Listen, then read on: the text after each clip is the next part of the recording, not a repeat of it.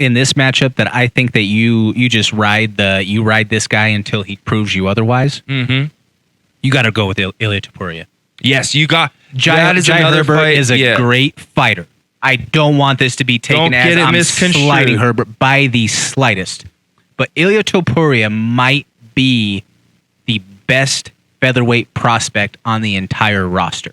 He's still young in his 20s. He hasn't crept into, and I say prospect because he hasn't reached that contender level status yet. But in terms of that prospect level, I think that he is arguably the brightest young prospect in that division and one of the brightest prospects on the entire roster. I agree with you. He's done nothing but show up and show out every time that he stepped in the cage. And he's an exciting fighter to watch. And we'll get to that later. I almost spilled the beans. Yeah, but I mean, just to give a little tease on that one, it's also going to be worth watching one of the biggest public stars or one of the most publicity and public notoriety catchers over the course of about the last, 8 months, whatever it's been since he made his debut.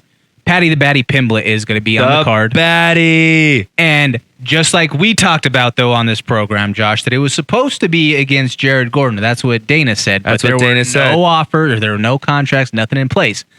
Did I not tell you that I do not like him announcing this prior to it being signed? Because there's a good chance that then the people in the suits are going to get in the way of making it happen. The people who actually make the decisions, That's exactly what happened. Exactly what happened, because that fight, as you can tell, is not even a thing. We're talking about a guy who we have some notoriety, some recognition of him, but this is the type of fight that Paddy Pimblett will do leading up. Why would you fight someone with much more experience on your first UFC contract? It just doesn't make sense.